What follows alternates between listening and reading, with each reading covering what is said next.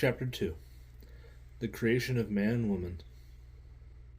Thus the heavens and earth were completed in all their hosts.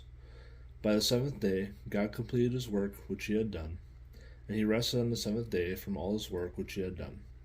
Then God blessed the seventh day and sanctified it, because in it he rested from all his work which God had created and made. This is the account of the heavens and earth when they were created, in the day that the Lord God made earth and heaven. Now no shrub of the field was yet in earth, and no plant of the field had yet sprouted, for the Lord God had not sent rain upon the earth, and there was no man to cultivate the ground. But a mist used to rise from the earth, and water the whole surface of the ground. Then the Lord God formed man of the dust of the ground, and breathed into his nostrils the breath of life, and man became a living being. The Lord God planted a garden toward the east in Eden, and there he placed the man whom he had formed. Out of the ground the Lord God caused to grow every tree that is pleasing to the sight and good for food, the tree of life also in the midst of the garden, and the tree of knowledge of good and evil. Now a river flowed out of the Eden to water the garden, and from there it divided and became 4 rivers. The name of the first is Pishon. It flows around the whole land of Havilah, where there is gold. The gold of that land is good. The bdellium and the onyx stone are there. The name of the second river is Gihon. It flows around the whole land of Cush.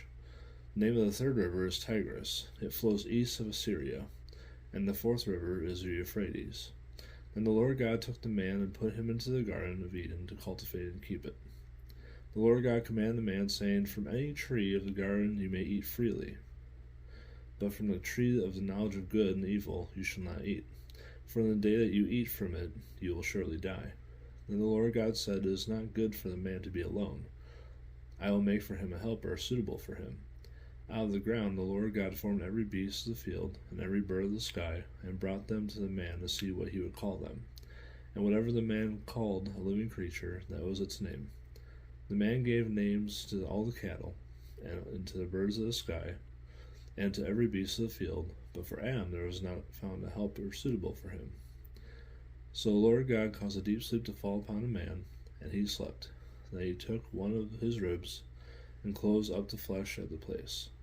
The Lord God fashioned into a woman the rib which he had taken from the man, and brought her to the man. The man said, This is now bone of my bones, and flesh of my flesh. She shall be called woman, because she was taken out of man.